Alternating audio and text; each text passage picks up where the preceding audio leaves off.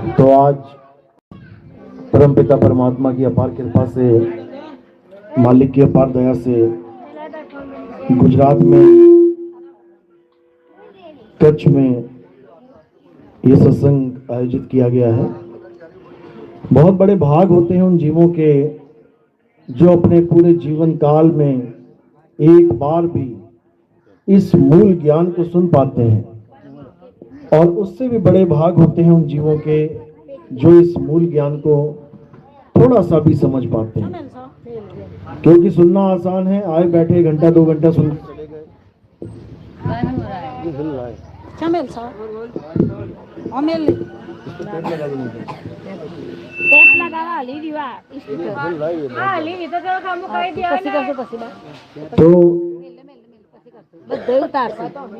सुनना आसान है।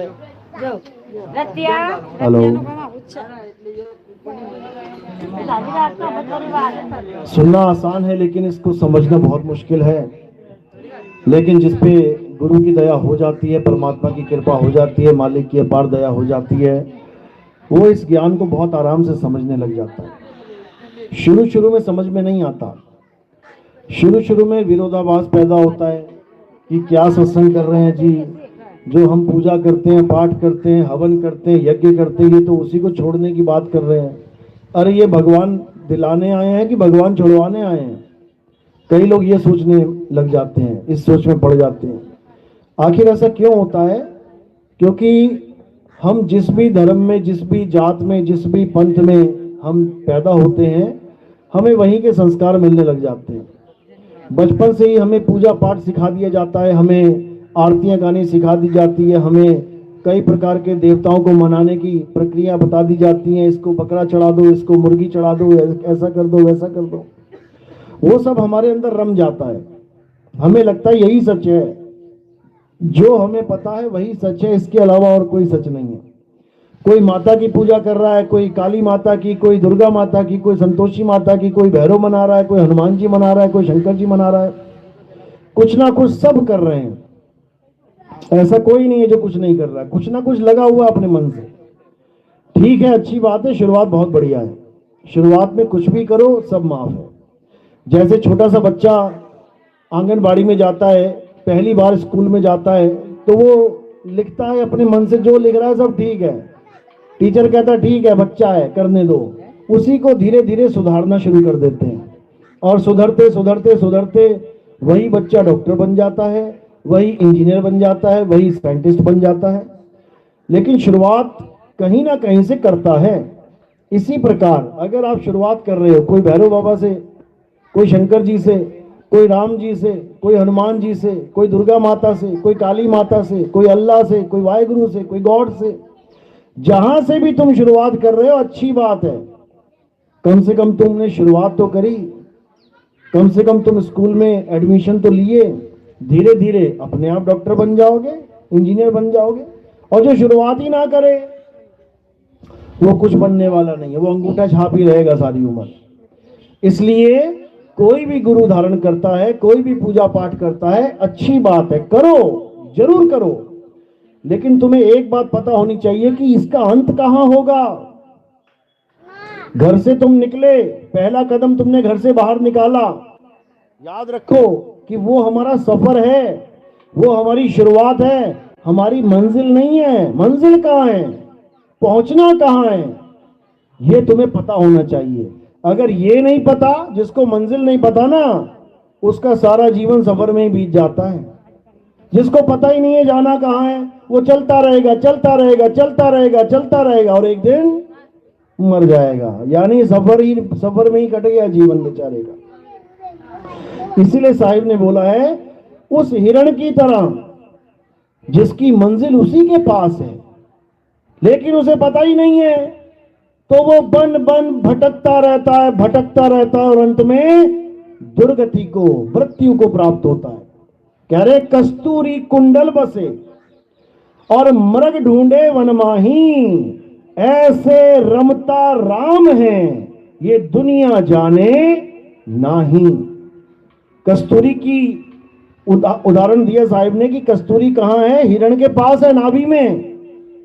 मंजिल कहां है उसकी? उसी के पास है, लेकिन वो खुद को छोड़ के बन बन बन बन भटकता फिर रहा है और अंत में मृत्यु को प्राप्त हो जा रहा है। बिल्कुल इसी तरह हमारी मंजिल कहां है? शुरुआत तो हमने कर दी मंदिरों से, मस्जिदों से, गुरुद्वारे से, चर्च से, लेकिन अंत कहां है, जाना कहां है? जब तक ये नहीं समझा तब तक किसी का भी सफर पूरा होने वाला नहीं है, किसी को मंजिल मिलने वाली नहीं है। एक सफर खत्म होगा दूसरा शुरू हो जाएगा, दूसरा खत्म होगा तीसरा शुरू हो जाएगा। अनंतों जन्म तक सफर ही करना पड़ेगा जब तक मंजिल नहीं मिल गई। लेकिन मंजिल का आता पता ही नहीं है, मंजिल है कहां? इसीलिए ये सफर खत्म नहीं हो रहा, इसीलिए जन्म मरण कभी खत्म नहीं हो रहा। लेकिन गुरु की दया हो गई, परमात्मा की कृपा हो गई, तो तुम्हें इसी जन्म में मंजिल का पता लग जाएगा कि मैंने जाना कहां है। तो आज का सत्संग यही समझाने में बीतेगा कि आपने जाना कहां है। मैं जाऊं तो जाऊं कहां? तो एक दिन ऐसा समय आएगा जब मृत्यु सामने खड़ी हो जाएगी, शरीर छोड़ना पड़ेगा, तब जाऊं तो जाऊं कहां? इसी को समझना है। तो आज का सत्संग शुरू करने से पहले परमपिता परमात्मा के नाम पे जयकारा लगाएंगे। बोलिए परमपिता परमात्मा की, सतगुरु बंदी छोड़ कबीर साहिब की, सतगुरु मदनपति साहिब की, दीवान जवाहरपति साहिब की, सतगुरु राम सेवक साहिब की, सतगुरु वैरागपति साहिब की, कलीनापुर धाम की, सभी संतों की, पंडाल में आए सभी भक्तों की, इनके गुरु महाराज की, इनके माता पिता गोपाल की, सकल हंस को बंदगी साहेब बंदगी सतनाम साहेब की जय, नितिनदास साहेब नी जय, नितिनदास साहेब नी जय, साहेब बंदगी सतनाम। तो कबीर साहब इस दुनिया के सब जीवों को क्या समझाने आए हैं, क्या समझाने आते हैं, अच्छे से समझ लेना है आज, क्योंकि बार बार सत्य बताने वाला कोई नहीं मिलेगा। दुनिया में उलझाने वाले बहुत मिल जाएंगे, असत्य को सत्य बताने वाले बहुत मिल जाएंगे, लेकिन सत्य और असत्य की परख कराने वाला बहुत मुश्किल में मिलता है। इसीलिए कबीर साहब समझा रहे हैं कि नीर छीर का करे निबेड़ा और कहें कबीर सो हंस है मेरा। यानी तुम्हें यह पता होना चाहिए कि सत्य और असत्य इसमें फर्क क्या होता है। जब तक तुम्हें यह नहीं पता लगा कि सत्य में और असत्य में फर्क क्या है, तब तक तुम सत्य की जगह असत्य को ही थाम के बैठे रहोगे। जब तक तुम्हें यह नहीं पता कि सोने में और पीतल में फर्क क्या होता है, दोनों पीले होते हैं, दोनों चमकते भी हैं, और एकदम चमचमाते हुए तुम्हारे सामने रख दिए जाए दोनों, तो तुम पहचान नहीं पाओगे कि सोना कौन सा है, पीतल कौन सा है। लेकिन जो पारखी होता है, जिसको परख होती है, वो पहचान जाता है कि ये पीतल है, ये सोना है, वो कभी ठगा नहीं जाता। इसी प्रकार तुमने भी पारखी हो जाना है, तुमने भी ये समझ जाना है कि आखिर पीतल और सोने में फर्क क्या है, सत्य और असत्य में फर्क क्या है। तो कबीर साहब क्या समझा रहे हैं, अच्छे से समझ लो। कबीर साहब समझाते हैं इस दुनिया में दो प्रकार के तत्व हैं, एक असत्य और एक सत्य। यही भगवान कृष्ण गीता में समझाते हैं। अध्याय 2 16वां श्लोक क्या कह रहे हैं, हे अर्जुन, इस दुनिया में दो प्रकार के तत्व हैं, एक असत्य और एक सत्य। तो असत्य क्या है, सत्य क्या है, अच्छे से समझ लो। असत्य क्या है, जो जन्मता और मर जाता है वो असत्य है, वो असत्य है। जो पल पल बदल जाता है वो असत्य है। जो सदा एक सा नहीं रहता वो असत्य है। यानी क्या है असत्य, ये शरीर असत्य है, ये शरीर जन्मता और मर जाता है, असत्य है। किसका शरीर असत्य है, मेरा, किसका? सबका, सबका असत्य है। तुम्हारा भी असत्य है, हमारा भी असत्य है, और जिनकी तुम पूजा कर रहे हो उनका भी असत्य है, क्योंकि जन्मना और मरना इस शरीर का ही एक गुण है। जिसका जन्म हो गया उसकी मृत्यु निश्चित है, और जिसका जन्म और मृत्यु हो जाए वो सत्य नहीं है, नहीं है। कृष्ण जी आए, उनके शरीर का अंत कैसे हुआ? पैर में तीर लग के। किसने मारा? बाली ने मारा। राम जी ने जिस बाली को त्रेता में मारा, उसी बाली ने द्वापर में आके उसी राम जी के अवतार कृष्ण जी को पैर में तीर मारा, और उनका शरीर खत्म हो गया। जो खत्म हो गया वो क्या है? असत्य है। हे अर्जुन, जिसमें अस्त्र शस्त्र लग जाएं, जिसको अग्नि जला दे, जिसको वायु सुखा दे, जिसको जल भिगो दे, वो असत्य है। ये शरीर असत्य है, और जो भी शरीरों की पूजा कर रहा है वो असत्य की पूजा कर रहा है। ये सोचकर कि मैं सत्य की पूजा कर रहा हूं, मैं भगवान की पूजा कर रहा हूं, मैं परमात्मा की पूजा कर रहा हूं, गलती से सारी उम्र असत्य को ही पूजता रह जाता है। और असत्य क्या है? जो पल पल बदल जाता है, जो सदा एक सा नहीं रहता। जैसे ये जितने भी पेड़ हैं जिनकी पूजा चल रही है, पीपल का पेड़, बरगद का पेड़, और भी पेड़ हैं, तुलसी का पौधा और भी है, ये सब बदल रहे हैं। आज तुम लगाओ, धीरे धीरे धीरे धीरे बड़ा होता जा रहा है। आज हरा है, 5 7 10 दिन में पीला हो जा रहा है, बदल रहा है। जो चीज बदल रही है वो असत्य है, वो सत्य नहीं है। तो जो चीज बदल रही है उसकी पूजा करना भी असत्य है।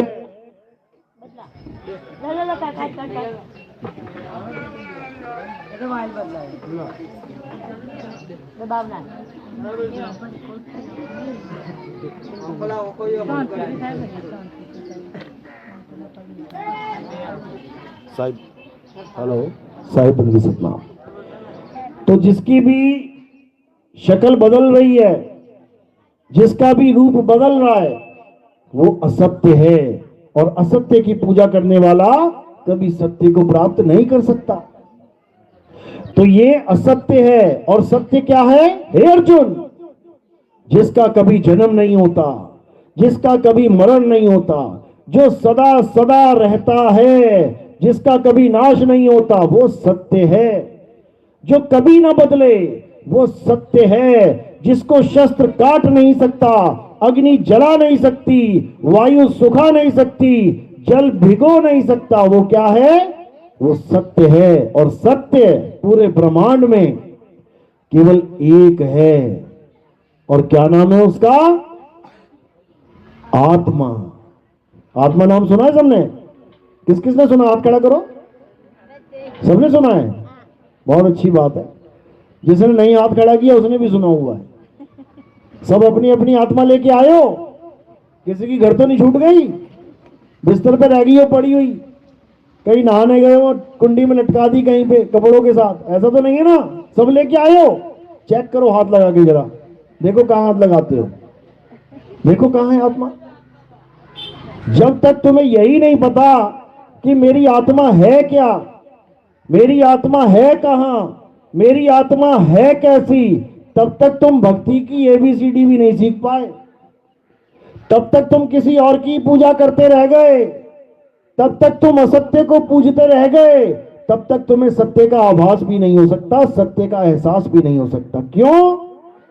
क्योंकि आत्मा के अलावा सब असत्य है। हे अर्जुन, जो अपनी आत्मा में रमण करते हैं, जो अपनी आत्मा में तृप्त हैं, जो अपनी आत्मा में संतुष्ट हैं, उसके लिए कोई धार्मिक कर्म कर्तव्य लागू ही नहीं होता। अध्याय 3 17वां श्लोक पढ़ो, अगर किसी के घर में गीता है तो।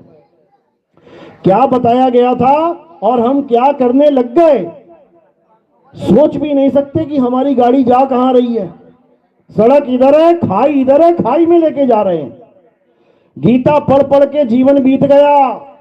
गीता पढ़ पढ़ के बड़े बड़े बाबा दुनिया छोड़ के चले गए, लेकिन आज तक बेचारे आत्म तत्व को जान ही नहीं पाए। किसकी पूजा करते रह गए? पत्थरों की।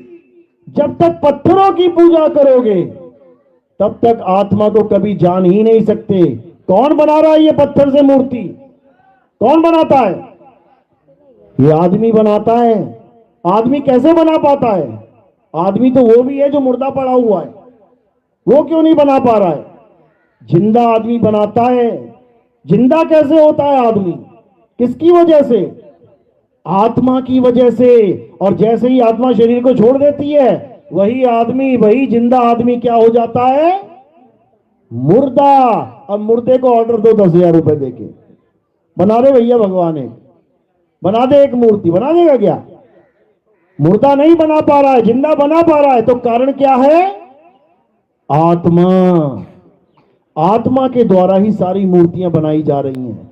आत्मा के द्वारा ही सारे मंदिर बनाए जा रहे हैं। आत्मा के द्वारा ही मंदिर, मस्जिद, गुरुद्वारे, चर्च सब कुछ बनाए जा रहे हैं। हर चीज की पूजा आत्मा के द्वारा हो रही है। थाली कौन घुमा रहा है? आत्मा। अगर आत्मा ना हो, थाली ये पड़ी होगी, तुम वो पड़े होगे। आत्मा की वजह से तुम सारी पूजा कर पा रहे हो। आत्मा की वजह से तुम सारे मंत्र बोल पा रहे हो। तुम बोलते हो जय श्री राम, किसकी वजह से? आत्मा की वजह से। आत्मा ने शरीर को छोड़ दिया, अब बोल के दिखा जय श्री राम। तुम बोल रहे हो अल्लाहू अकबर, वाहेगुरु वाहेगुरु, गॉड, हालेलुया, किसकी वजह से? आत्मा की वजह से। बिना आत्मा के कोई जयकारा लगा के दिखा दे, बिना आत्मा के कोई खाना खा के दिखा दे, बिना आत्मा के कोई उंगली हिला के दिखा दे। बिना आत्मा के कुछ नहीं हो सकता। और तुम उसी आत्मा को नहीं जानते, उसी आत्मा को हम नहीं जानते। और हमारे जीवन का मकसद क्या था? उसी आत्मा को जानना हमारे जीवन का एकमात्र लक्ष्य है। वही आत्मा हमारी मंजिल है। मंजिल, आत्मा में रमण करना हमारा परम लक्ष्य है। लेकिन हम उसको जान ही नहीं पा रहे हैं। हम अपनी ही आत्मा से दूर होते चले जा रहे हैं। जान भी नहीं पा रहे कि हम कहां जा रहे हैं और हमारा परमात्मा कहां विराजमान है? हमारी आत्मा में विराजमान है। लेकिन हम अपने परमात्मा को छोड़ के पता नहीं कौन से वाले को ढूंढने चले जा रहे हैं। कबीर साहब समझा रहे हैं, ज्यों तिल माही तेल है और ज्यों चकमक में आग, तेरा साईं तुझ में है, जाग सके तो जाग। कहते तेरा साईं तुझ में है। जैसे तिल का बोरा तुम्हारे घर में पड़ा है और तेल ढूंढने तुम गली नंबर 4, गली नंबर 5 में जा रहे हो, तो तुमसे बड़ा बेवकूफ नहीं है कोई। घर में तुम्हारे 10 लीटर दूध पड़ा है और तुम घी को ढूंढने जंगल में जा रहे हो, तुमसे बड़ा बेवकूफ नहीं है कोई। उसी दूध में घी छुपा है, लेकिन तुम्हें निकालना नहीं आता, तो सारी उम्र पड़ा रहे, तुम्हें पता ही नहीं लगेगा कैसे निकालना है। इसी प्रकार हिरण को नहीं पता रहता कि वो कस्तूरी मेरी नाभि में है, और भटकता भटकता भटकता उसी कस्तूरी को ढूंढता ढूंढता एक दिन मर जाता है। बस उसी तरह हमारा हाल हो गया।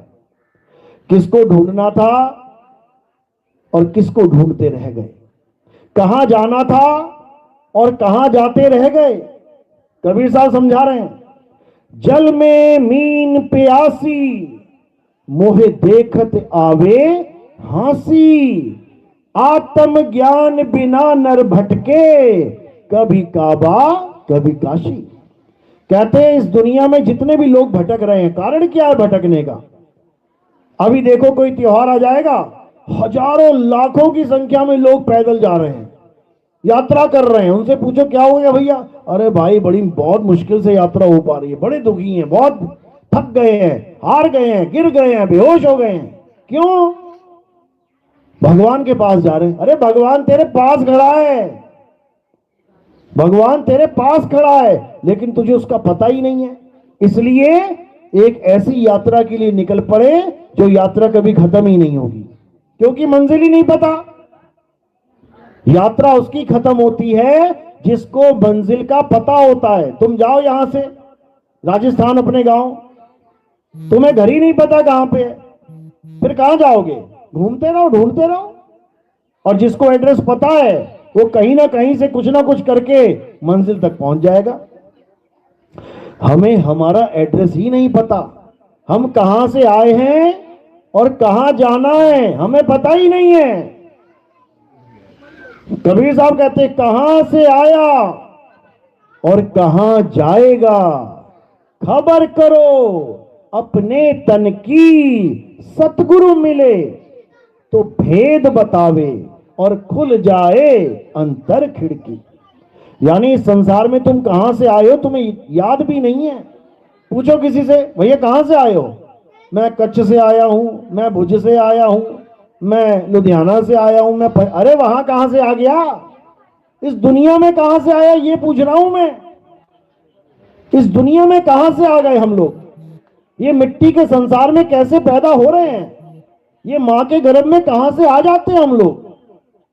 यही किसी को समझ में नहीं आ रहा।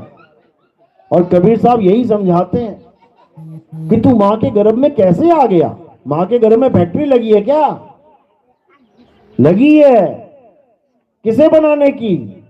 शरीरों को बनाने की। हमें और तुम्हें नहीं बना सकते। हम और तुम शरीर है ही नहीं। हम कौन है? हम आत्मा हैं। हम आत्मा हैं जो ये शरीर धारण करके बैठे हैं। शरीर बनते हैं मां के गर्भ में, आत्मा नहीं बनती। आत्मा बनती और बिगड़ती है ही नहीं। आत्मा अजन्मा है, नित्य है, शाश्वत है, पुरातन है। ये आत्मा ही सत्य सनातन है। लेकिन आत्मा का किसी को ज्ञान ही नहीं होता, इसलिए अपने आप को ये आदमी, औरत, बच्चा, बूढ़ा, जवान समझ के पूरा जीवन बिता देते हैं। यही सोचते रहते हैं मैं एक लड़का, ये एक लड़की, जबकि ना तुम लड़के ना वो लड़की। लड़का और लड़की कौन है? ये 5 तत्वों का शरीर है। ये जो शरीर तुम्हें दिखाई दे रहा है ये कितने तत्वों का बना है? 5 तत्वों का। सबसे ऊपर से शुरू करो। सबसे ऊपर क्या है? आसमान, उसके नीचे वायु, उसके नीचे अग्नि, उसके नीचे धरती, धरती के नीचे पानी। इसी 5 तत्व को भगवान कहते हैं। भा से भूमि, गा से गगन, वा से वायु, आ से अगन, ना से नीर। इन्हीं 5 तत्वों को जो आत्मा धारण कर लेती है वो भगवान कहलाती है। भगवान राम, भगवान शंकर, भगवान हनुमान, भगवान ये, भगवान वो। तुम भी भगवान ही हो, लेकिन तुम्हें पता ही नहीं है तुम भगवान हो। तुम भी 5 तत्व धारण करके बैठे हो। तुम भी भगवान हो। तुम भी सृष्टि बना रहे हो। तुम भी सृष्टि बना रहे हो। कैसे? तुम कैसे सृष्टि बना रहे हो? बच्चे पैदा करके। ये भगवान की सृष्टि तुम ही चला रहे हो। कोई भगवान बच्चे पैदा नहीं कर रहा। नाम रख दिया जग जननी जगदम्बा, यानी सारी दुनिया को पैदा करने वाली। और पैदा कौन कर रहा है? बच्चे कौन कर रहा है? दुर्गा माता के पास जाते हो बच्चा लेने? कहां जाते हो? मां ही दे देती है बच्चा घर में। तो जग जननी जगदम्बा कौन है? ये जग जननी जगदम्बा बैठी है सारी, अलग अलग रूपों में। यही सृष्टि चला रही है, लेकिन किसी को पता ही नहीं है। अपनी अम्मा को छोड़ के वो पत्थर की अम्मा को जगदम्बा बता रहे हैं। अपनी माता को पानी नहीं पूछ रहे हैं, उसको भोग लगा रहे हैं जो खा ना सके, पी ना सके। बस यही दुर्गति है। अब क्या करना है? अब अपने स्वरूप को जानना है। हम क्या हैं? हम आत्मा हैं। हमने क्या किया हुआ है? हमने शरीर को पकड़ा हुआ है। कैसे? ऐसे हमने शरीर को पकड़ा हुआ है, और एक समय ऐसा आएगा हम शरीर छोड़ देंगे। लिखते हैं ना कार्ड में, मेरे पिताजी ने 5 बजे शरीर छोड़ दिया। छोड़ दिया इसका मतलब पहले पकड़ा हुआ था। पिताजी ने शरीर पकड़ा हुआ था, ये छोड़ दिया, तो मरा कौन? पिताजी मरे कि शरीर मरा? शरीर मरा, पिताजी नहीं मरे। क्यों नहीं मरे? क्योंकि पिताजी अमर हैं, आत्मा अमर है, शरीर नाशवान है। एक शरीर छोड़ा पिताजी ने, दूसरा शरीर पकड़ लिया। कहां से पकड़ा? मां के गर्भ से। यानी एक मां के गर्भ में से शरीर को लेके आए, इस दुनिया में छोड़ दिया, मिट्टी में मिट्टी मिल गई। अब दूसरी मिट्टी पकड़ने के लिए दूसरे मां के गर्भ में चले गए, फिर वो शरीर निकला, फिर मिट्टी में मिल गया, फिर तीसरा शरीर पकड़ा, फिर वो मिट्टी में मिल गया, फिर चौथा। करते करते करते आज तुम कलयुग, सतयुग, द्वापर सारा कितनी बार बीत चुका है, आज भी यहीं बैठे हो। ये चारों युग अनंतों बार बीत चुके हैं। सतयुग, त्रेता, द्वापर, कलयुग अनंतों बार बीत लिए, तुम आज भी यहीं के यहीं बैठे हो। क्यों? क्योंकि तुम्हें पता ही नहीं है जाना कहां है। तुम्हें अपने असली घर का एड्रेस ही नहीं पता है। अब असली घर का एड्रेस कौन बताएगा? सतगुरु मिले तो भेद बतावे और खुल जाए अंतर खिड़की। जब सतगुरु मिल जाता है तो तुम्हें वो तुम्हारे असली घर का भेद बताता है। ये तुम्हारा असली घर नहीं है, ये दुनिया जो तुम अपना अपना मकान बना के अपने अपने नाम पे करके बैठे हुए हो, सोच रहे हो मेरा तो घर बन गया, ये तुम्हारा घर नहीं है भाई। इसमें तुम रह भी नहीं पाओगे ज्यादा दिन। बना के, मेंटेन करके, अपने नाम करवा के फिर चले जाओगे, फिर वो किसी और के नाम पे चढ़ जाएगा। तुम्हारा क्या है? कुछ भी नहीं। और जो तुम्हारा असली घर है वहां की तुम्हें जानकारी भी नहीं है। तो असली घर क्या है हमारा? जो अभी भजन लगा हुआ था रास्ते में, सतलोक। मुझे सतलोक, अमरपुर का रास्ता बता दो। सतलोक ही हमारा असली घर है। लेकिन सतलोक है क्या, सतलोक होता कैसा है, ये तब समझ में आता है जब भेदी गुरु हमारे जीवन में आता है, वो बताता है सतलोक क्या है। तो उसी सतलोक से हम सब यहां आए हैं। कबीर साहब समझा रहे हैं, साधो निरंजन जाल पसारा, स्वर्ग पताल रचियो महिमंडल, तीन लोक विस्तारा, साधो निरंजन जाल पसारा। ये जो दुनिया तुम्हें दिखाई दे रही है, ये हमें क्या पढ़ाया गया बचपन से कि ये दुनिया परमात्मा ने बनाई है। किसी से भी पूछ लो तुम, हिंदू से पूछ लो, मुसलमान से पूछ लो, सिख से पूछ लो, ईसाई से पूछ लो, बस एक बार पूछो ये दुनिया किसने बनाई, क्या बोलेंगे? परमात्मा ने बनाई। क्यों बनाई? कारण क्या है? ये नहीं बताएंगे, ये नहीं बताएंगे। उनसे पूछो इतना दुख क्यों है दुनिया में, ये भूकंप क्यों आ रहे हैं, सुनामी क्यों आ रही है, ये आग लगती है जंगलों में, लाखों जीव जंतु मारे जाते हैं, ये भूकंप आता है कितने लोग बेचारे मर जाते हैं दब के, ये सुनामी आती है कितने लोग मर जाते हैं बह के। अभी उत्तराखंड में पूरे पूरे पहाड़ खिसक गए, गांव के गांव दफन हो गए। ये परमात्मा क्यों नहीं रोक लेता? क्यों हमारी मौत का तांडव देख रहा है? क्यों हमारे बच्चे स्कूल जा रहे हैं, जाते जाते ट्रक के नीचे आ जाके मर रहे हैं? क्यों हमारे पिता लोग ट्रेनों में सफर कर रहे हैं, एक्सीडेंट होता है, पूरा ट्रेन ही उड़ जाती है? क्यों हवाई जहाजों में जाते हुए लोग ब्लास्ट हो जा रहे हैं, मर जा रहे हैं? ये कैसी दुनिया बनाई परमात्मा ने, जहां पे एक भी दिन ऐसा नहीं बीतता जहां हजारों लाखों लोग नहीं मर रहे हैं। हर दिन में लाखों लोग मर जाते हैं। ये कैसी दुनिया बनाई परमात्मा ने? इसका जवाब ये है कि ये दुनिया परमात्मा ने नहीं बनाई है। ये नहीं बनाई परमात्मा ने, तो किसने बनाई है? जिसने ये दुनिया बनाई है उसका तुम्हें पता ही नहीं है वो कौन है, उसका नाम क्या है किसी को पता ही नहीं है। कोई सोच रहा है ब्रह्मा जी ने बनाई है, कोई कह रहा विष्णु जी ने बनाई है, कोई कह रहा शंकर जी ने बनाई है, कोई कह रहा अल्लाह ने बनाई है, कोई कह रहा भगवान ने, गॉड ने बनाई है, कोई कह रहा वाहिगुरु ने बनाई है। लेकिन ये है कौन? कौन है बनाने वाला? ये कोई नहीं जानता। कबीर साहब समझा रहे हैं ये किसने बनाई है। कहते 3 लोक एक जेल है। ये 3 लोक क्या है? एक जेल है, जेल। जेल का मतलब क्या होता है? एक ऐसा घर जहां पर कैदी रहते हैं, अपने असली घर से दूर रहते हैं। जेल में कौन रहते हैं? लोग रहते हैं। और उनका असली घर कहां होता है? जेल से बाहर। कोई पंजाब से, कोई हरियाणा से, कोई हिमाचल से, और तिहाड़ के जेल में, तिहाड़ जेल में आके बैठे हुए हैं सारे। अब सबको भूल गया कि हमारा असली घर कहां है। जेल को ही असली घर मान के बैठे हैं। जेल के कमरों के पीछे लड़ाइयां चल रही हैं, ये मेरा कमरा, ये मेरा कमरा, ये मेरा कमरा। जेल में अच्छे अच्छे खाने के पीछे लड़ाइयां चल रही हैं, आज मैं ये खाऊंगा, आज मैं ये खाऊंगा। जेल में अमीर बनने की लड़ाइयां चल रही हैं, मैं बड़ा अमीर, मैं बड़ा अमीर, मैं तुझसे बड़ा अमीर। ये है वो जेल। इसी जेल में सारे झगड़े चल रहे हैं। ये मेरा मकान, ये मेरी दुकान, ये मेरी जमीन, ये मेरी प्रॉपर्टी, मैं इतना अमीर, मैं इतना करोड़पति, मैं इतना अरबपति। उसके बाद बकरे की तरह उसकी गर्दन काट दी जाएगी। यानी ये एक ऐसी जेल है जिसमें हर इंसान को सजाए मौत हो चुकी है। जो इंसानों ने जेल बनाई है, जिसमें ये कैदी रहते हैं, वो इतनी निर्दय जेल नहीं है।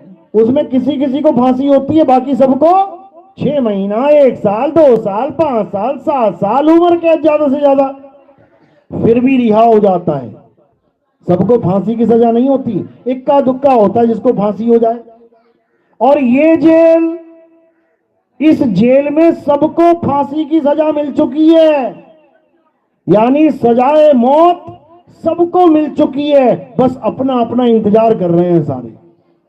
कोई आज मर रहा है, कोई कल मर रहा है, कोई परसों मर रहा है, कोई महीने बाद, कोई 2 महीने, कोई साल बाद, कोई 10 साल। मरना सबने है, एक भी ऐसा नहीं है जिसको सजाए मौत नहीं हुई है। लेकिन बीच में जो गैप है, उस गैप में ये मजे ढूंढ रहा है। मरने से पहले पहले ये मजे लेना चाहता है। क्या कहता है? अरे दुनिया में आए हैं तो मजा कर लो। ये नहीं सोच रहा कि दुनिया में आए हैं तो कैसे निकले, ये पता कर लो। इस जेल को कैसे तोड़ के भाग जाएं, ये पता कर लो। कोई नहीं पूछ रहा, मजे लेने में लगे हुए कि मजे कर लो। उसके बाद कहते हैं आएगी तो देखी जाएगी, और जब आती है तो इसकी हालत खराब हो जाती है। फिर भागता है डॉक्टरों के पास, मुझे बचा लो, मुझे बचा लो। अभी अच्छा हट्टा कट्टा उससे कहो ना मौत आएगी, उसका इंतजाम कर ले, तो क्या कहेगा? आएगी देखी जाएगी। और जब डॉक्टर कहता है तेरी किडनी फेल हो गई, तेरे फेफड़े फेल हो गए, तेरा हार्ट अटैक आ गया, उसके बाद भीगी बिल्ली की तरह बन जाता है। फिर उसके बाद मजे नहीं दिखते इसको। ऐसी ये दुनिया है, ऐसे ये जीव बने बैठे हैं। तो कबीर साहब क्या कहते हैं कि इससे पहले कि तेरी मौत आ जाए, तू ये जान ले कि इस दुनिया को छोड़ के जाना कहां है, इस जेल को तोड़ के जाना कहां है। नहीं तो इसी जेल में दोबारा आने के लिए तैयार हो जा। और ऐसा नहीं कि बार बार इंसान का जन्म मिलेगा तुम्हें, भूल जाना इस बात को। इसके बाद तुम्हें ऐसे ऐसे जन्म मिलेंगे कि तुम सोच भी नहीं सकते। तुम्हें सांप, बिच्छू, खटमल, मक्खी, मच्छर, शेर, चीता, भालू, घड़ियाल, पता नहीं कैसे कैसे जन्म मिलेंगे। सारी सारी उम्र तुम्हें पानी में रहना पड़ेगा, मगरमच्छ की तरह शिकार करना पड़ेगा। कोई आए पानी पीने तो उसकी गर्दन दबा लूं, नहीं तो भूखा पड़ा रहे।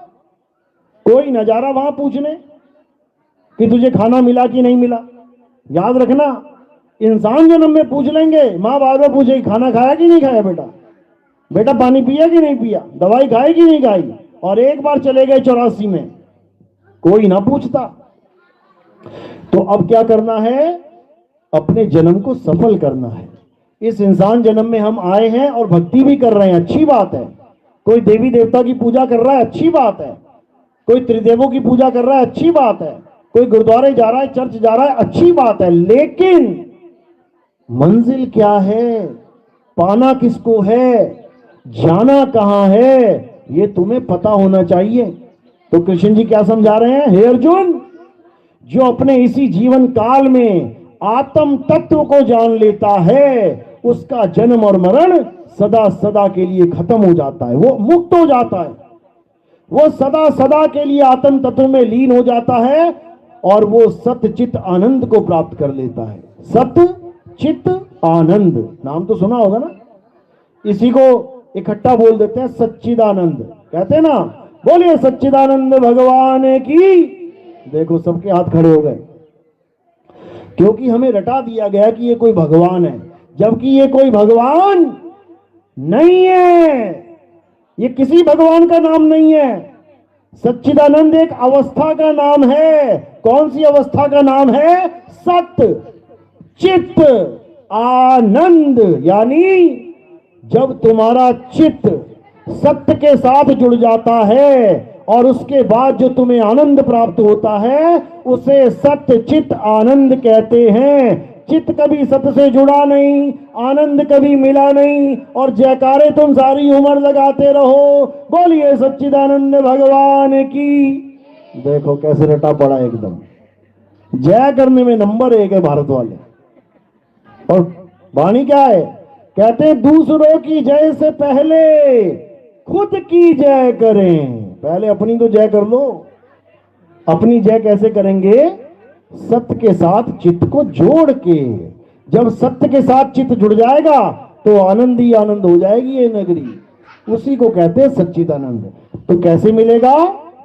अध्याय 4 34वां श्लोक पढ़ो, गीता में क्या कहते हैं? हे अर्जुन, अगर तुम सत्य को प्राप्त करना चाहते हो, अगर तुम आत्म तत्व को प्राप्त करना चाहते हो, तो ऐसे तत्वदर्शी संत की शरण में जाओ। ये नहीं बोला किसी मंदिर में जाओ, किसी मस्जिद में जाओ, किसी जपी तपी सन्यासी के पास जाओ, कोई राधे राधे जप रहा है उसके पास जाओ, कोई राम राम जप रहा है उसके पास जाओ, कोई अल्लाह अल्लाह वाहिगुरु जप रहा है उसके पास जाओ। बिल्कुल नहीं। किसके पास जाने का हुक्म मिल रहा है? तत्वदर्शी संत। अध्याय 4 34वां श्लोक अच्छे से पढ़ लेना, घोट के पी जाना इसको। तुम्हें पता होना चाहिए कि तत्वदर्शी संत का मतलब क्या होता है। तत्वदर्शी संत का मतलब होता है जो तुम्हें तत्व का दर्शन करा दे। तत्वदर्शी, दर्शी का मतलब होता है दर्शन कराने वाला, और तत्व का मतलब होता है जो दोनों प्रकार के तत्वों का भेद बता के असत्य तत्व को छुड़वा दे और सत्य तत्व को लखा दे। तब समझो कि तुम सही जगह पहुंच गए हो। और अगर तुम ऐसी जगह चले गए जहां काली माता की आरतियां गाई जा रही हैं, जहां भैरव बाबा मनाए जा रहे हैं, जहां पे राम हनुमान जी कृष्ण जी की आरती पूजा चल रही है, इसका मतलब तुम अभी तत्वदर्शी संत के पास नहीं पहुंचे। तुम कहां पहुंच गए? तुम तंत्र मंत्र जंत्र वाले के पास पहुंच गए, मंत्र जपने वाले के पास पहुंच गए, पूजा पाठ करने वाले के पास पहुंच गए, हवन यज्ञ करने वाले के पास पहुंच गए। अभी तुम्हें तत्वदर्शी संत नहीं मिला। तत्वदर्शी संत क्या करवाता है और बाकी लोग क्या करवाते हैं, इसका भी भेद समझ लो। जितने भी जपी तपी सन्यासी हैं ये क्या करते हैं? ये तुम्हें नाम जपवाते हैं। राम राम जप लो, श्याम श्याम जप लो, हरे कृष्णा हरे राम जप लो, अल्लाह अल्लाह जप लो, वाहिगुरु गॉड गॉड जप लो। किसी ना किसी नाम को जपवाने वाले को जपी कहते हैं, जपी। और तपी किसे कहते हैं? जो तपस्या करवा दे। बेटा 8 घंटे तक धूनी लगा के बैठ जा, हिलियो मत, हाथ ऊपर कर ले, 10-10 साल तक हाथ ऊपर कर लिया, हिलाइयो मत, गिराइयो मत। पेड़ों पे उल्टा लटका देते हैं, लटका रहे 1 महीने तक। कोई कांवड़ यात्रा तुम्हारे कंधे पे लाद देते हैं 1-1 क्विंटल का पानी, बेटा रखियो मत, चलते रहियो। इससे क्या हो रहा है? इससे शरीर को कष्ट हो रहा है, यानी तपाया जा रहा है शरीर को। और जो शरीर को तपाए उसे तपी कहते हैं, तपी। तो मंत्र जपवाने वाले को जपी, शरीर तपाने वाले को तपी, और घर बार छोड़ के जंगलों में पहुंचाने वाले को सन्यासी कहते हैं। तो कृष्ण जी ये नहीं कह रहे कि तुम जपी तपी सन्यासी के पास जाओ तब तुम्हें सत्य का पता लगेगा। वो क्या कह रहे हैं? वो कह रहे हैं कि तुम तत्वदर्शी संत की शरण में जाओ, जो तुम्हें दोनों प्रकार के तत्वों का ज्ञान दे दे, असत्य से छुड़वा दे और सत्य को लखा दे। तब समझो कि अब तुम्हारा जन्म सफल होगा। तो साहिब यही समझा रहे हैं, मदन साहब की वाणी है, सोई गुरु पूरा कहावे। संसार में बहुत गुरु हैं, बहुत। तुम टीवी चैनल ऑन करो, तुम्हें दुनिया भर के गुरु दिख जाएंगे। तुम यूट्यूब में लिख दो बस गुरु जी, उसके बाद झड़ी लग जाएगी गुरुजियों की, अनंतों गुरु तुम्हारे सामने आ जाएंगे। लेकिन गुरु और सतगुरु में फर्क होता है। गुरु और पूर्ण गुरु में फर्क होता है। गुरु और पूरे गुरु में फर्क होता है। क्या फर्क होता है? सोई गुरु पूरा कहावे, जो दो अक्षर का भेद बतावे, एक छुड़ावे एक लखावे, तब प्राणी निज घर को जावे। निज घर यानी उसका असली घर। और ये वाले घर कौन से हैं? ये नकली घर। ये कैदी खुद से अपनी जेल, अपनी कोठड़ी बनाने में लगा हुआ है। ये एक ऐसी धरती है, ऐसी दुनिया है जिसमें हम सब कैदी हैं। हम निकल के जा नहीं सकते यहां से कहीं। गाने भी लिख दिए लोगों ने, जीना यहां मरना यहां, इसके सिवा जाना कहां, क्योंकि पता ही नहीं है कहां जाना है। लेकिन संत बताते हैं हमें कहां जाना है। इस दुनिया को छोड़ के हमने सदा सदा के लिए अपने परम पिता परमात्मा के चरणों में लीन होना है। इस मृत्यु लोक को, क्या नाम है इस दुनिया का? मृत्यु लोक। तुम मकान बनाना, तुम अपना 10 करोड़ 20 करोड़ 50 करोड़ का भव्य महल बनाना और उसके बाद नेम प्लेट लगा देना मृत्यु लोक। लगाओगे क्या मृत्यु लोक? कभी देखा किसी ने अपने घर के आगे लिखा हो मृत्यु लोक? सब अच्छे अच्छे नाम रखते हैं, स्वर्ग लोक, जन्नत, मन्नत, कोई ना रखता मृत्यु लोक। तो इस दुनिया का नाम कैसे आ गया मृत्यु लोक? अगर ये भगवान ने बनाई है तो, अगर ये परमात्मा ने बनाई है तो, ये मृत्यु लोक है भाई। ये किसी परमात्मा ने नहीं बनाई है, ये साक्षात मृत्यु नहीं बनाई है, काल भगवान ने बनाई है। इसीलिए इसको काल का लोक कहते हैं, समझ लो। और इस दुनिया में कोई भी मरता है उसको क्या बोला जाता है कि ये काल के गाल में समा गया।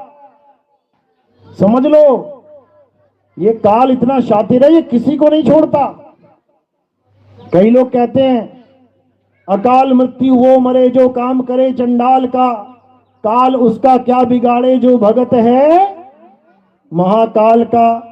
और केदारनाथ में क्या हुआ था? महाकाल के सारे भक्तों को कौन खा गया? कौन खा गया? काल खा गया, एक भी ना छोड़ा उसने। समझ लो, कांवड़ लेके जाते हैं यात्राएं करने, सैकड़ों लोग मारे जाते हैं बोल बम कह के। कौन मार रहा है उनको? क्या वो चंडाल है क्या? भगत है वो महाकाल के, और काल किसी को ना छोड़ता, सबको मारेगा काल, एक भी नहीं बचने वाला।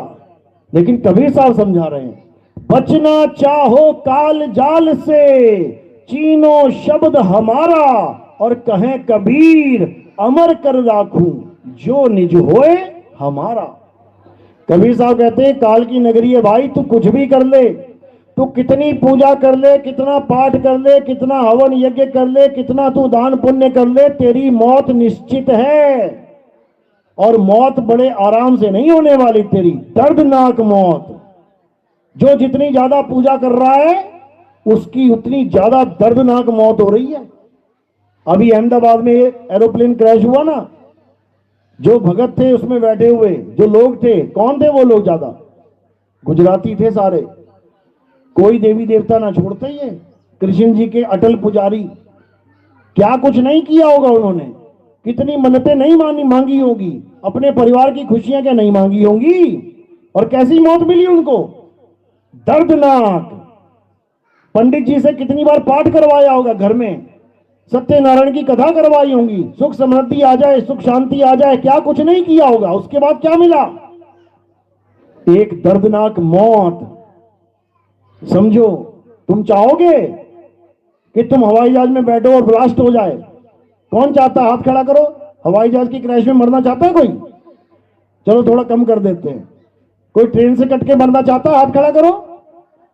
कोई बस से गिर के मरना चाहता है? बस चढ़ जाए तुम्हारे ऊपर? कोई आग में जल के मरना चाहता है? हाथ खड़ा करो। कोई पानी में डूब के मरना चाहता है? कोई करंट लग के मरना चाहता है? हाथ खड़ा करो। तुम लोग मरना ही नहीं चाहते, असल में तुम लोग अमर होना चाहते हो। और जैसे मैं बता रहा हूं ऐसे ही मरोगे। जितने भी तुम अखबार पढ़ लो ऐसे ही मरते हैं सब।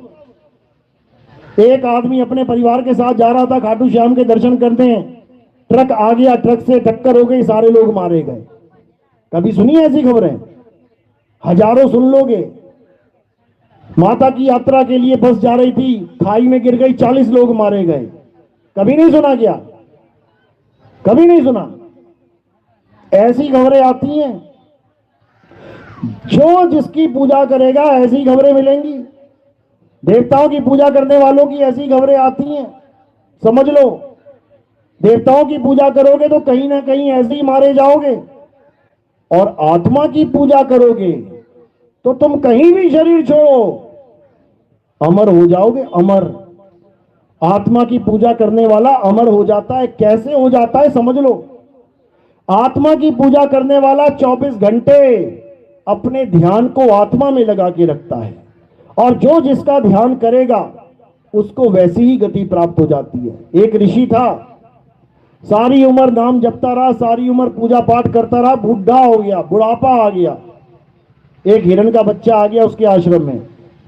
अब नाम भी जप रहा है, पूजा पाठ भी कर रहा है, और हिरण के बच्चे को लाड भी कर रहा है।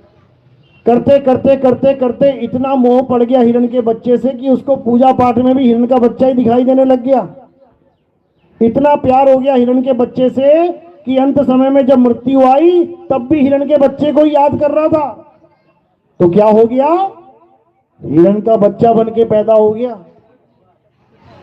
इस दुनिया में दोबारा आ गया हिरण का बच्चा बन के। क्यों आ गया? क्योंकि जो अंत में तुम कर रहे हो उसी के आधार पे तुम्हें अगला जन्म मिलता है। इसी को कहते हैं अंतमता सोगता, इसी को कहते हैं। तो जिसकी भी तुम पूजा कर रहे हो तुम वैसे ही बन के आ जाओगे। सांपों की पूजा करिए, सांप बन के आ जाओगे। पीपल की पूजा करिए, पीपल का पेड़ बन जाओगे। तुलसी की पूजा करोगे, तुलसी बन जाओगे। गाय की पूजा करिए, गाय बन के आ जाओगे। कुत्ते की पूजा करिए, कुत्ता बन के आ जाओगे। भैरव बाबा का कुत्ता पूजा जाता है ना। अगर तुम्हारा ध्यान आ गया कुत्ते में, अंत समय में कुत्ता ही बनना पड़ेगा। देख लो गलियों में क्या हाल है। और अगर आत्मा की पूजा कर रहे हो तो क्या हो जाओगे? आत्मा ही हो जाओगे। और जब आत्मा ही हो गए तो अब कब मरोगे? कितने साल में मर जाती है आत्मा? 10 साल, 20 साल, 100 साल, 50 साल, लाख साल, करोड़ साल? आत्मा कब मरती है? कभी नहीं। तो जब आत्मा की पूजा करी तो वो बन गए जो कभी मरेगा ही नहीं। इसी को कहते हैं अमर, यानी तुम अमर हो जाओगे। कबीर साहब यही समझा रहे हैं, अमर करूं सतलोक पठाऊं, ताते बंदी छोड़ कहाऊं। कबीर साहब का काम यहां पे नाम जपवाना नहीं है कि लोगों ने कबीर साहब को भी नाम से जोड़ दिया कि कबीर साहब आते थे नाम जपवाते थे। अरे नाम जपवाते नहीं, नाम छुड़वाते थे। कबीर साहब के आने से पहले लोग राम राम जपते थे। कबीर साहब के आने के बाद लोगों से राम राम छुड़वाया गया, छोड़ इसको। कबीर साहब के आने से पहले लोग अल्लाह अल्लाह जपते थे। कबीर साहब ने आके उनको बताया, छोड़ इसको और क्या कर? अपनी आत्मा का ज्ञान प्राप्त कर। जब लगना चीन्होगे आत्म, तब लगना मिली है परमात्म। कबीर साहब ने साफ बोल दिया कि जब तक तुमने अपनी आत्मा को नहीं जाना तब तक भूल जाओ कि तुम्हें परमात्मा मिलेगा, किसी को नहीं मिलने वाला। और आत्मा को छोड़ के तुम पत्थर की पूजा करते हो तो तुम्हें पत्थरों में ही जन्म मिलने वाला है। तुम फोटो की पूजा करते हो तो देख लो फोटो के पीछे कौन छुपा होता है। एक फोटो हिलाना अपने घर में, क्या निकलेगा पीछे में से? छिपकलियां निकलेंगी वहां से। तो फोटो की पूजा करोगे, छिपकली बन जाओगे। आत्मा की पूजा करनी है। हे अर्जुन, जो आत्म तत्व को जान लेते हैं, जो आत्मा को पहचान लेते हैं, वो सदा सदा के लिए अमर हो जाते हैं। उनका काल बाल भी बांका नहीं कर सकता। ये काल भगवान उसका कुछ नहीं बिगाड़ सकते, क्योंकि वो अमर ही हो गए। तो कबीर साहब यहां पे अमर करवाने आते हैं आपको। अमर हो जाओ। अमर कैसे होंगे? अपने आप को जानकर, अपनी आत्मा को पहचान कर। जो अपनी आत्मा को पहचान जाता है वो अमर हो जाता है। उसको ये जन्म मरण का खेल नहीं परेशान कर सकता। वो कैसे शरीर त्यागता है? ऐसे। जब तक शरीर साथ है तब तक खूब खेल रहा है, खा रहा है, घूम रहा है, फिर रहा है। और जैसे ही शरीर त्यागने की बारी आई, ये छोड़ दिया शरीर, खेल खत्म। शरीर गिर गया और मैं वहीं का वहां हूं, मुझे कहीं आना और जाना नहीं है। बस इतना सा खेल है। और जिसको ये खेल नहीं समझ में आता, वो स्वर्ग और नरक की आस लगा के बैठ जाता है कि मैं मरने के बाद स्वर्ग जाऊंगा या मैं मरने के बाद नरक जाऊंगा। दोनों ही डरते रहेंगे। ना स्वर्ग जाने वाले को यकीन है कि मैं सच में स्वर्ग जाऊंगा, और नरक जाने वाले को तो पक्का यकीन है नरक में ही जाऊंगा, क्योंकि काम ही ऐसे कर रखे। समझ लो। लेकिन हमारा देश महान है कि जिसने आज तक किसी को नरक जाने ही नहीं दिया। किसी बेटे ने बाप को कभी नरक पहुंचने नहीं दिया। पहले ही कार्ड में छपवा देता है, मेरे पिता का स्वर्गवास हो गया। बता, तेरे पिता का स्वर्गवास हो गया तो नरकवास किसका होगा? सारी उम्र दारू पीता रहा, सारी उम्र लोगों को परेशान करता रहा, चोरियां करता रहा, ठगी करता रहा, मारता रहा, और जब वो मर गया तो बेटे ने उसको स्वर्ग पहुंचा दिया। मेरे पिता का स्वर्गवास हो गया है। बताओ, एक भी ऐसा कार्ड नहीं है इस भारत में छपा हो जिसपे ये लिखा हो कि मेरे पिता का नरकवास हो गया। यानी नरक नाम की कोई चीज है ही नहीं। इसका मतलब सबको स्वर्ग पहुंचा दिया बिना टिकट के। जबकि ऐसा नहीं है, सब यहीं आ रहे हैं वापस घूम घूम के। समझ लो। तो अब क्या करना है? अब ना तो स्वर्ग जाना है और ना नरक जाना है, ना सतलोक जाना है, ना अलख लोक जाना है, ना अनामी लोक जाना है, ना अगम लोक जाना है। कहां जाना है? अब अपने आप में समाना है। अरे ना कहीं आना ना कहीं जाना, आपे में आप समाना। जो तुम्हारा असली स्वरूप है यही असली सतलोक है। इसी में जाना है, और नकली सतलोक में नहीं जाना। जहां पे गुरु लोग कहते हैं कि वहां बहुत बड़े महल हैं, दूध की नदियां हैं, सोने के पहाड़ हैं। बताओ, वो दूध की नदियां यहां ना छूट रही, सोना यहां ना छूट रहा, वहां पे भी सोना और दूध है। क्या करोगे वहां जाके? ऐसी जगह जाना है जहां पर ये कुछ है ही नहीं, तब बात बनेगी। तो कह रहे हैं शब्द निवास ही आकाशवाणी। कहां निवास करना है हमने? शब्द में, यानी आत्म स्वरूप में। शब्द निवास आकाशवाणी, ये सतगुरु का रूप है। सूर्य चांद पवन नहीं पानी, ना वहां छांव ना धूप है। ऐसी जगह पहुंच जाओगे जहां पर ये सब है ही नहीं, तब समझना कि अब सही जगह पहुंचे हो। तो कैसे पहुंचना है वहां पे? जैसे कछुआ अपने आप को अपने आप में समेट लेता है। एक कछुआ जा रहा है मस्ती में, सामने से दो कुत्ते आ गए भागे भागे उसे काटने के लिए। अब खरगोश क्या करेगा? अब कछुआ क्या करेगा? कछुआ क्या कुत्ते से तेज भागेगा? नहीं भाग सकता। क्या पक्षी की तरह उड़ जाएगा? नहीं उड़ सकता। क्या खरगोश की तरह गड्ढा खोद के जल्दी से घुसेगा उसमें? नहीं जा सकता। फिर क्या करेगा? ना कहीं आना ना कहीं जाना। वो खरगोश क्या करे, वो कछुआ क्या करेगा? वो अपने आप में सिमट जाएगा। यानी वो अपने आप में अपने आप को कवर कर लेगा। इसी प्रकार जब हमारा अंत समय आएगा तब हमने क्या करना है? हमने अपनी चेतना को, अपनी सूरत को सारे संसार से हटा के, अपने ध्यान को सारे संसार से हटा के क्या करना है? अपनी आत्मा में समा जाना है। और जैसे ही हम अपनी आत्मा में समा गए, अब कोई यमदूत नहीं पकड़ सकता, कोई यमराज नहीं पकड़ सकता। और अगर हम अपने आप को छोड़ के भागे यानी कछुआ सिमटने की जगह भागना शुरू कर दे, पक्का मारा जाएगा। गर्दन, कोई गर्दन पकड़ लेगा, कोई हाथ पकड़ लेगा, कोई पैर पकड़ लेगा, बच नहीं सकता। लेकिन अगर अपने आप में सिमट गया फिर कोई पकड़ भी नहीं सकता। बस यही कबीर साहब समझा रहे हैं कि इससे पहले कि मौत आए अपने असली घर को जान लो। अभी किस घर में रहते हो? नकली घर में। नकली घर क्या है? नकली घर हमारा शरीर है। नकली घर ये है शरीर। और असली घर क्या है? हमारा आत्म स्वरूप, हमारा सत्य स्वरूप। उसी को परम आत्मा कहते हैं। और जो इस शरीर में रहती है उसको क्या कहते हैं? उसे जीवात्मा कहते हैं। शरीर में रहने वाली कौन है? जीवात्मा। और ये जहां जाके समाएगी उसे क्या कहते हैं? परमात्मा। परमात्मा में हमने समा जाना है।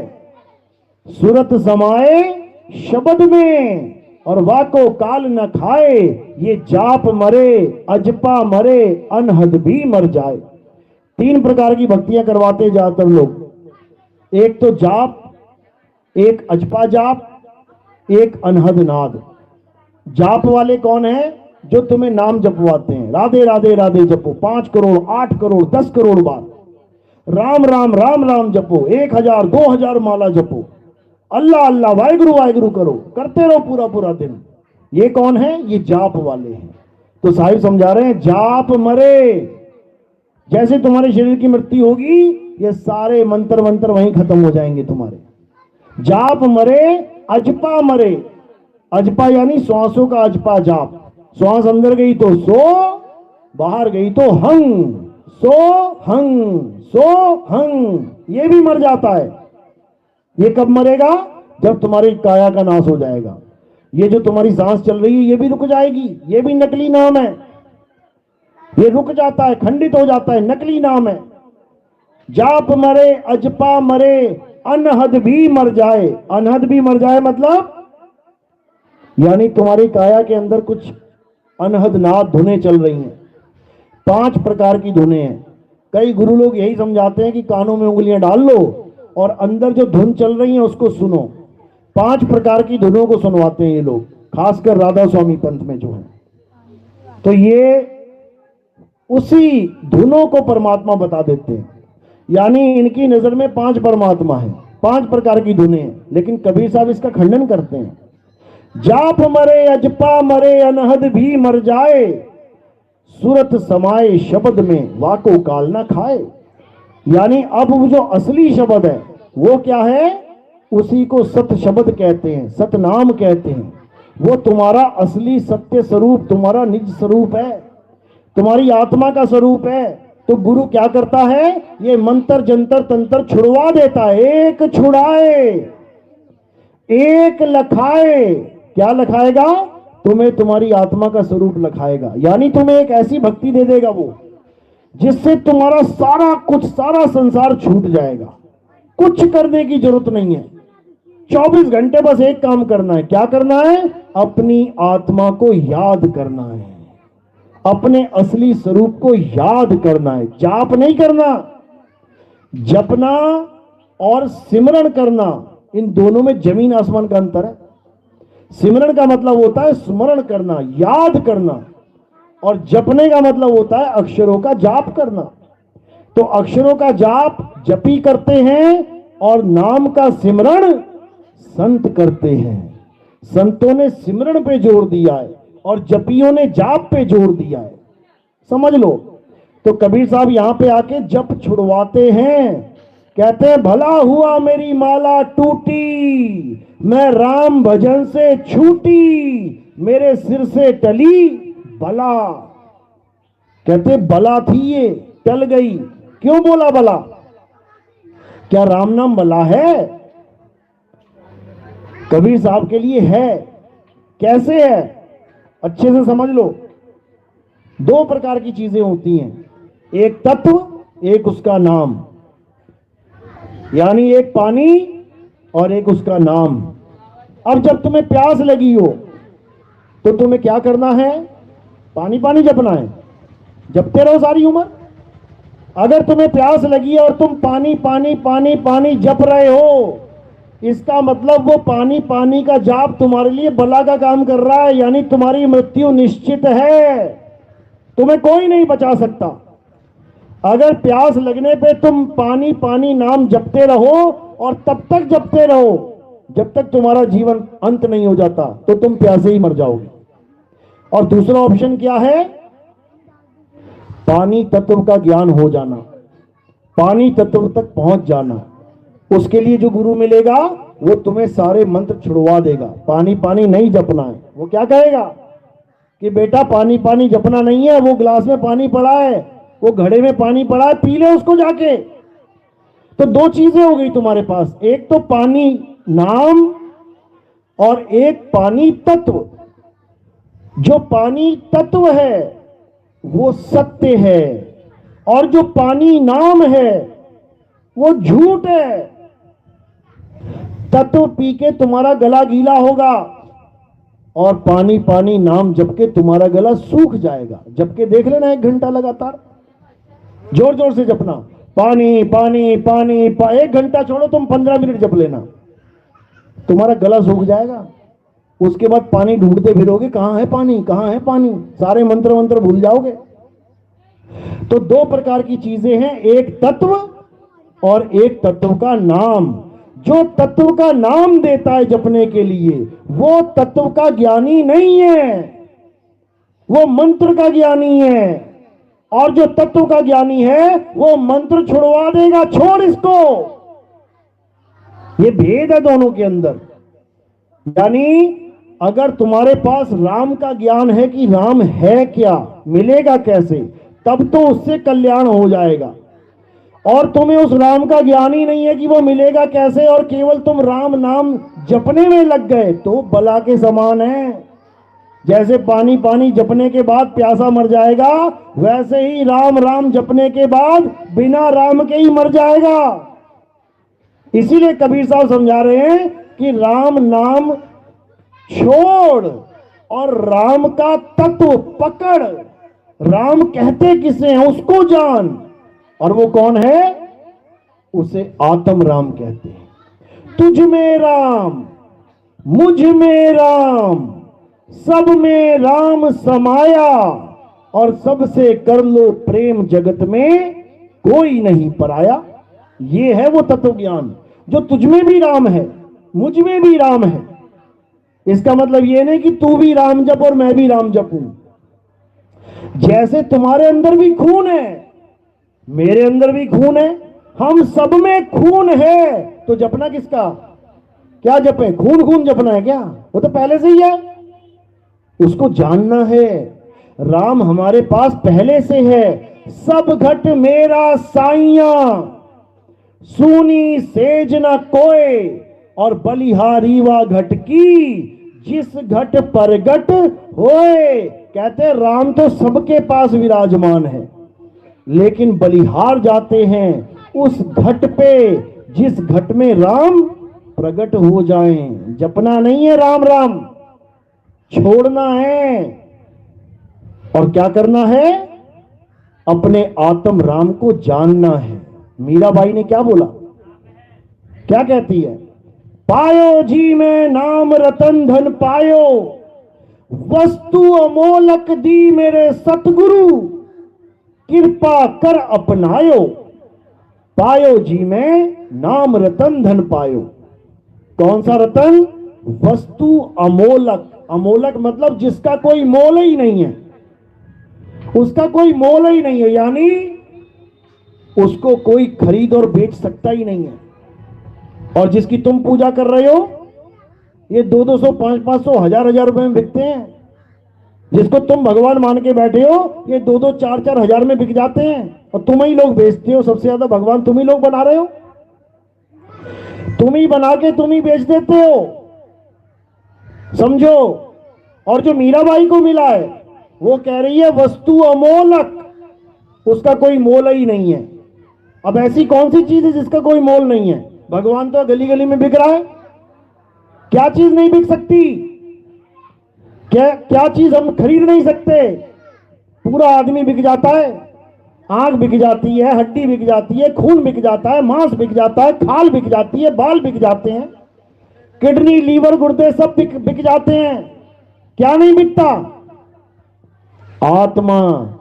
लेके आओ जरा खरीद के, देखते कहां से खरीद के लेके आता आत्मा। ये आत्म तत्व है जो कभी नहीं बिकता, जो अनमोलक है और गुरु के द्वारा दिया जाता है। ये दिया का मतलब ये नहीं जेब में से निकाल के दे देंगे तुम्हें, वो पहले से ही है तुम्हारे पास, उसका ज्ञान दिया जाता है। वस्तु अमोलक दी मेरे सतगुरु, कृपा कर अपनायो, पायो जी में नाम रतन धन पायो। यानी अब हमें क्या करना है? अब हमें अपनी आत्मा का ज्ञान प्राप्त करना है। बहुत पूज लिए पत्थर, जो चले ना फिरे ना बोले ना डोले ना खाए ना पिए, पूजा करो तो भी आशीर्वाद दे रहे हैं, और चोर आके गल्ला चोरी करके ले जाता है तब भी आशीर्वाद दे रहे हैं। ले जा बेटा, वो आशीर्वाद ही देते जा रहे हैं। बताओ, ऐसे भगवान चाहिए क्या? जो अपने गल्ले की रक्षा नहीं कर पा रहे, वो तुम्हारे घर की रक्षा करेंगे, तुम्हारे बच्चों की रक्षा करेंगे। और जिस भगवान पे पंडित जी को भरोसा नहीं है, वो तुम्हें कह रहा है कि भरोसा कर भगवान पे, खुद ताला लगा के जा रहा है मंदिर के बाहर, खुद ताले पे भरोसा किया हुआ है, 4 बार खींच के देख रहा है सही से लगा कि नहीं लगा। अरे अंदर तो भगवान है, अगर कोई घुस भी गया तो भगवान बैठे, क्यों नहीं भरोसा करता? क्यों ताले पे भरोसा किया हुआ है? खुद का भरोसा ताले पे है और तुम्हें कहते हैं भगवान पे भरोसा रख। अरे भैया तुम रख लो, पहले तो तुम रख लो। तो ऐसा भगवान नहीं होता जो किसी की रक्षा ही ना कर पाए। तुम पत्थर के भगवान मान के बैठे हो, कभी टेढ़ा हो गया गिर गया ना, और तुम कह के देख लेना उसको, भगवान जी सीधे हो जाओ, तुम्हारी पूजा तब करूंगा मैं जब तुम खुद उठ के बैठ जाओगी। कितने दिन बाद पूजा शुरू होगी? फिर कितने साल बाद पूजा होगी? पूरा युग बीत जाएगा, वो खड़ा होने वाला नहीं है, समझ लो। कबीर साहब गुरु जी के पास चले गए, रामानंद जी के पास। गुरु जी कहते कबीर हमने पूजा पाठ करनी है, लो इन भगवानों को देवताओं को गंगा में स्नान करा के लेके आओ। कबीर जी चले गए स्नान कराने। सुबह से दोपहर हो गई, दोपहर से शाम हो गई, शाम से रात हो गई। गुरु जी परेशान, अरे कहां चला गया ये भगवानों को अभी तक नहला के नहीं ला पाया। ढूंढने निकल पड़ते हैं, देखते हैं कि गंगा के किनारे कबीर साहब बैठे हुए हैं, गंगा की तरफ मुंह करके बैठे हुए हैं। गुरु जी पूछ रहे, क्या हुआ कबीर? तुझे कहा था भगवानों को नहला के लेके आ, क्यों नहीं लाया? कहते मैं क्या बोलूं, मैंने तो कहा था निकल आना, और निकल ही नहीं रहे हो। उन्होंने क्या किया? सबको उठा के गंगा में फेंक दिया, सबको गंगा में फेंक दिया, कहा कि जल्दी आ जाना, गुरुजी ने पूजा करनी है तुम्हारी। वो निकल ही नहीं रहे, मैं क्या करूं? तो सिर पे हाथ रख के बैठ के गुरुजी कहते हैं कैसा चेला मिल गया मुझे। ये कहने का मतलब जड़ चेतन का करे निबेड़ा। एक आदमी के बच्चे को तुम धक्का दे दो, उसको कहो ना बेटा उठ जा, कितनी देर लगाएगा वो? उसी वक्त उठ जाएगा। और तुम भगवान को धक्का दे देना, मूर्ति को, और कहना भगवान जी उठ जाओ, कितनी देर लगाएगा वो? सारा जन्म बीत जाएगा तुम्हारा, वो ना उठता। कारण क्या है? क्या श्रद्धा कम है? श्रद्धा कम नहीं है, बहुत श्रद्धा है। विश्वास कम है? पूरा विश्वास है। कमी किस चीज की है? केवल आत्मा की कमी है। बच्चे में आत्मा है और मूर्ति में आत्मा नहीं है। अब बच्चे की आत्मा ने बच्चे का शरीर छोड़ दिया, लेट गया वो, अब उसको बोलो उठ जा बच्चा, उठ जाएगा क्या? नहीं उठेगा। अब किस चीज की कमी हो गई? आत्मा।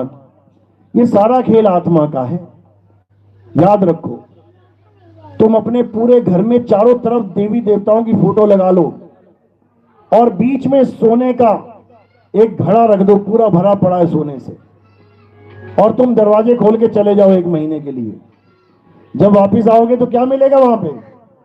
देवी देवता घड़े मिलेंगे पत्थर के, और सोना गायब मिलेगा। और तुम एक कुत्ता रख लो बढ़िया वाला, पिटबुल, बुलडॉग रख लो, एक रख लो बस कमरे में, और सोने का घड़ा वहीं छोड़ दो। अब तुम आना 1 महीने के बाद, तो तुम्हें क्या मिलेगा वहां पे? तुम्हें वो घड़ा वहीं मिलेगा। क्यों? किसी की हिम्मत ही नहीं है वहां जाके घड़ा चोरी कर ले। भगवान घड़े की रक्षा नहीं कर पाया, एक कुत्ते ने रक्षा कर ली। कारण क्या है? आत्मा। कुत्ते में आत्मा है तभी तो भौंक रहा है, और उस पत्थर में आत्मा नहीं है तभी तो वो चल नहीं पा रहा, बोल नहीं पा रहा, खा नहीं पा रहा। भोग लगा के जाते हो, मुंह में चिपकाते हो, मुंह में लड्डू चिपकाते हो, चिपका ही रह जाता है। उसके बाद चींटियां आती है, मक्खियां आती हैं, और वो उसको खा के जाती हैं। समझो, तो मुद्दा क्या है? मुद्दा आत्मा है। आत्म तत्व को जानो, आत्मा की पूजा करो, आत्मा में रमण करो। आत्मा ही परमात्मा है। हे अर्जुन, जो अपनी आत्मा को जान लेते हैं वो परमात्मा को जान लेते हैं, क्योंकि आत्मा सो परमात्मा। चलो, तो आज का सत्संग यही समाप्त करते हैं। अब आरती का समय है। आरती कैसे करते हैं समझ लो। हमारे यहाँ आरती किसी पत्थर की मूर्ति की नहीं होती है। हमारे यहाँ आरती होती है जीवित गुरु की, यानी आत्म देव की, आत्मा की आरती होती है। अब आत्मा कहां से पकड़ के लाए आरती के लिए? मेरे पास आत्मा है कि नहीं है? है, थैंक यू। इसी आत्मा की पूजा होगी। कैसे होगी? ये आपने थोड़े से फूल उठा के कहां रखने हैं?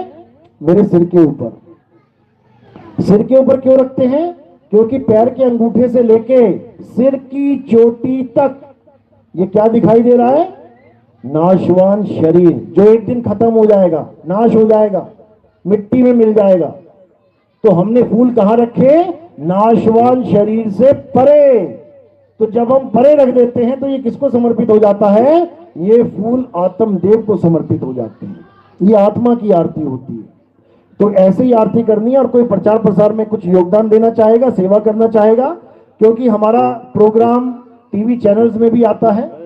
आप साधना टीवी देखेंगे सुबह सुबह तो मैं दिखाई दूंगा वहां पे। मैं क्या बोलता दिखाई दूंगा? बाकी लोग बोलते दिखाई देंगे, नाम जपो, नाम जपो, नाम जपो। और नितिन दास क्या बोलता दिखाई देगा टीवी में? नाम छोड़ो, नाम छोड़ो, नाम छोड़ो। हम नाम छुड़वाने आए हैं और आत्मा का ज्ञान पकड़ाने आए हैं। तो साधना टीवी में, ईश्वर टीवी में हमारा चैनल प्रोग्राम आता है, और भी टीवीज में शुरू होने वाला है। उसके लिए हमें सेवा की जरूरत पड़ती है, वो आप ही लोग देते हैं। जिसकी जो श्रद्धा है सेवा दे सकता है। आपकी सेवा जनता की सेवा में लगा दिया जाता है। वो टीवी चैनल को दे दी जाती है भेंट, और वो पूरी दुनिया में हमारा प्रचार करते हैं, इस ज्ञान का प्रचार करते हैं। तो इसी के साथ सत्संग समाप्त करते हैं और अब आरती शुरू होगी। बोलिए परमपिता परमात्मा की, सतगुरु बंदी छोड़ कबीर साहेब की, सभी संतों की, सभी भक्तों की, आज के आनंद की, सकल हंस को बंदगी, साहेब बंदगी सतनाम।